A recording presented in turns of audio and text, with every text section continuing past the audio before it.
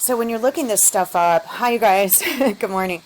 I looked up no name, and I found this one, and this one's got one of the names they used for me, Lisa Marie Johnson. So I opened it up. I know it says it's 92 years old, but look at this. Aiko, known aliases, Aiko name. They're using the word name as a name. So you guys, when they strip you of your name, like I said, hold you as a slave, this is my name on one of the records that I have seen where they married me to a guy that is some kind of, he's in pharma, big pharma. Okay, let's go down here. Possible associates. My sister goes by the name Andrina, and this is a very close, and it's Amaton. I mean, come on. Andrina, this is a name you don't see every day. Yeah, hers doesn't have Andriana, but it's still the same name. All right. So you can go down, you can look all around, and then you can see some of the, when you look at the email addresses, you can see some of the other ways they use the LLCs, you know. Sometimes they have businesses listed. But they're stealing property from the U.S. citizens, and they're claiming on paper that you're not a U.S. citizen somehow. And then those papers are uploaded, so you can be targeted by your community. William Johnson, I know him. I know Bill Johnson and William Johnson. Previous owner, Iako, S.K. Sin. Sin Albert, what the hell is sin? So they basically claim that you've committed a sin, or they're committing a sin. I don't know exactly, but I do know that there's a bunch of things under Rita Williams where she's using my name as an alias and claiming that I committed a crime that I didn't commit. So they go back to crimes that are listed all over. I'm going to show you some of these crimes. Hang on. Okay, yeah, this is the state of California versus Lisa Ann Hansen. But remember, if you have no name, they can just keep changing the name. If you're born with no name. Court location, Lisa Lee Hansen, Lisa Ann Hansen, felony. Okay, so you look up each of your fake birth certificates, and you find that under each one, some kind of felony. Okay? And then you got your own dad's name. Yeah, it says he's 28, but it says kidnap victim. Released without great bodily injury. Great bodily harm. That's pretty weird. It's pretty weird. And these are the ones that concern me. I mean, John Kim, right, is the one that falsified that I had committed a crime. He's a lawyer that was in my MFA class at UC Irvine. John Kim, it says not in BOP custody. Release date unknown, because they're keeping you forever as equity to give back to communities of color. So it is a hate crime, and it is specific to race. I haven't determined if it's specific to gender, because I have found the words baby boy, and I find they're really loose with gender if somebody's a man or a female. Hang on. So what does this mean, not in BOP custody? I guess you can look it up. What does this mean? This is John Kim. So this is a charge against him. Remember, Snoop told us, you know, murder was the case that they gave me. The case is holding the other person in hostage. He didn't commit murder. It's the case that they gave him to hide another person's slavery for the Douglas Trust or the Frederick or the Love Trust. That's just how I think it works. So those of you speaking about not having status, right, not having the ability to get a passport, first thing you do is you go and try to get someone to tell you. I got lucky where somebody wrote down that my parents are not using their real names, and they told me where to get my records down in San Bernardino. And then I saw all these marriages, And then I tracked back how those documents were created.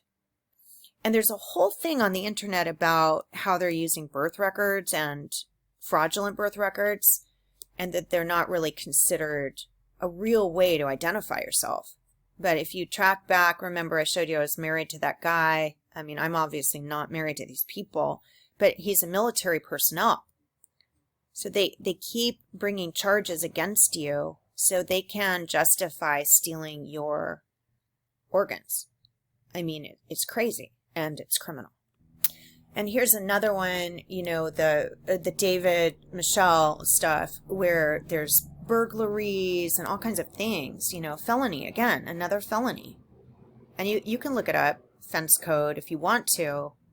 But I'm telling you, they do this in conjunction with the FBI, the military, and the police. That's why the women who were raped or hurt cannot bring their cases and cannot be taken seriously when they go to the police, because it's a police program under this non-immigrant use status, right? So the non-immigrant use status, it's set aside for victims of crimes who have suffered mental or physical abuse and are helpful to law enforcement or government officials in the investigation or prosecution of criminal activity. Helpful in what way? If they themselves are the ones creating the torture, then it is a torture program. And I do think that it has a lot to do with this twin thing, because somebody from Germany asked me to do this program, and she was German, and it was called The Deadly Split, about these twins. And I really do believe that this is a twin program. I was thinking about my sister's first band, and it was called Too Many Joes, because there's too many people involved in the enslavement of one person for you to figure it out, you know, before you're dead, I guess.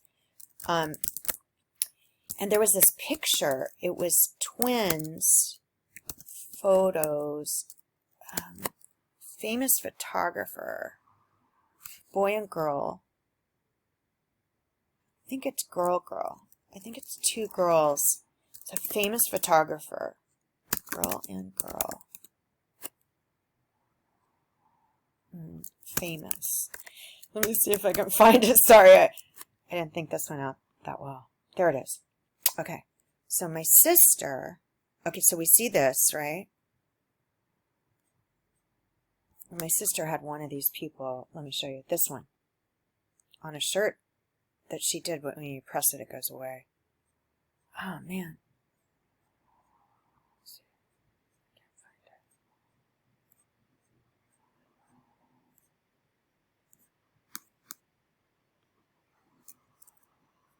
This is the one, you guys.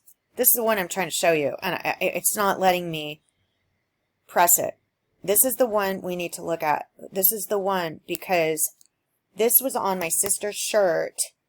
Her band was called Too Many Joes, and then she had a band called Walkabout, and you guys saw she put me as a target on a flyer, and then they use a LLC called Ancient Flyers, where they backtrack and look at all the flyers you were on. So I was asked by state and federal officials to make flyers for, you know, playing out, doing, you know, music when I was a musician.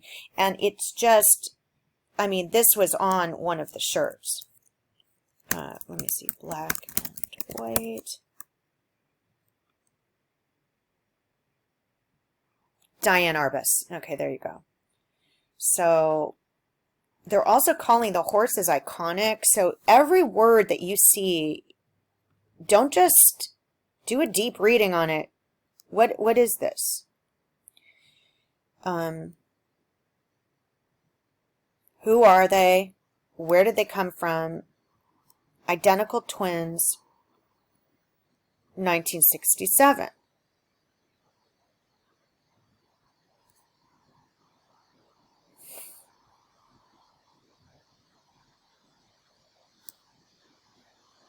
the differentness and identicalness. And remember the girl that stalked me, her name is Kelly McDonald. She works for LA County, and she was in a safe house. They're often in safe houses where it's like a staged house.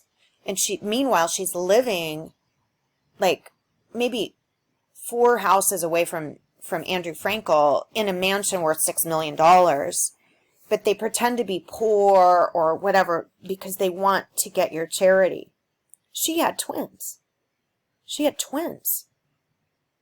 And it's just very odd, you guys. I think this twin thing, when you mention it, I really looked into it. Because from Auschwitz, when they were tattooed and all of these things happened to these people, they were doing inhumane experiments on twins. Well, guess what? In retaliation of those experiments, they're still doing those experiments to this day on people who are owned by the federal government, using religious law, religious justice, juvenile justice. So Kathleen and Colleen were 7 years old in 1967 when Arbus spotted them. Remember spotters, like if you watch Pawn Stars, you know, they call the main guy a spotter at a Christmas party. The photograph depicts 2 young twin sisters standing vertically upright against a wall. They're side by side in matching corduroy dresses and white headbands in their dark hair. The only exception being the different design of their white stockings. At first glance, the photo seems pretty normal and taken straightforwardly. Then our eyes discover the differentness and identicalness. Right? We have a smiling, kind of open, innocent face right here.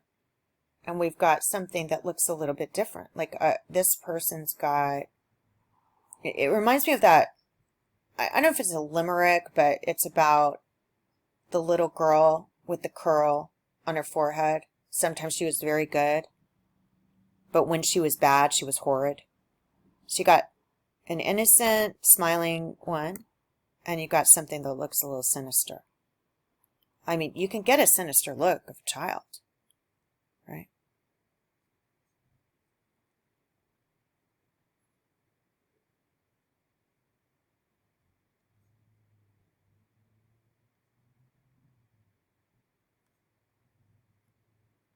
These are very interesting photos. Okay. So her photo identical twins was on my sister's t-shirt for Too Many Joes. And I will take a picture of it and that Menachem thing to show you the stripping of the names. They strip you of your names. And when they say riding a horse, they're literally, you know, like when you hear these, you know, wild horses, I'll ride them someday. Come on, you guys. Everything I'm saying is 100% true. It's not that they haven't told us. It's just that we didn't know how to analyze the data, you know. So let me go to something else. Now, this is the story, the historical story. Remember, if you guys are struggling with knowing if you're an immigrant or not, you got to look up your dog's name, your rabbit's name, like if you had any pets, you know, you need to look that up on Ancestry.com because they have a really nice record of, you know, they upload things. And if you find a lot of names that look the same, that are your name, why are those uploaded? Well, because that's how they're doing the foreign assets, and then they're putting them up for public benefit. So people that are really naturalized, I don't think it's up. I don't think you'll find it on the internet. You know, I think these are people who don't have status. They're either stripping you through faked or real asylum. You know, I mean, I had a British accent when I was a little girl. Why did I have a British accent? I don't know. Maybe a lot of little girls talk like that. I just don't really know. But this talks about the twins. And, sorry, there's going to be some shocking images in here. But they are, the Nazi human experiments are a very disturbing, but I do believe they're still going on. They are harming children